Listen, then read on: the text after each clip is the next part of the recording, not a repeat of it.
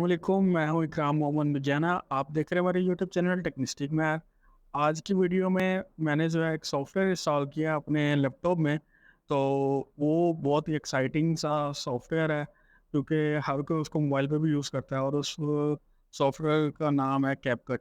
तो हम ये बेसिकली देखना चाह रहे हैं कि पीसी पे उसका कैसा मतलब वो एडिट करता है वीडियोज़ को। तो हम उसका थोड़ा सा देख लेते हैं। तो चलते हैं लैपटॉप की स्क्रीन की तरफ। अभी कैपकट जो है वो डाउनलोड हो रहा है, तो वेट करते हैं थोड़ा सा।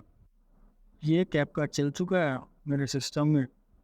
तो हम इसको जल्दी से नए प्रोजेक्ट पे जाते हैं।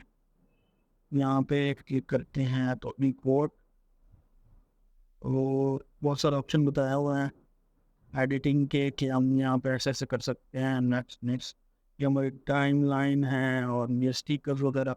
काफ़ी अच्छी एडिटिंग लग रही है। ये क्लियर है, ये प्रीव्यू के लिए यहाँ से एक्सपोर्ट होती है। हम डन कर देते हैं।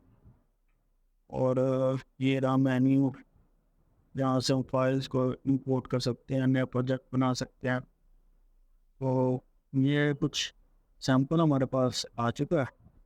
इसको हम देखते हैं, क्लियर करते हैं आपको।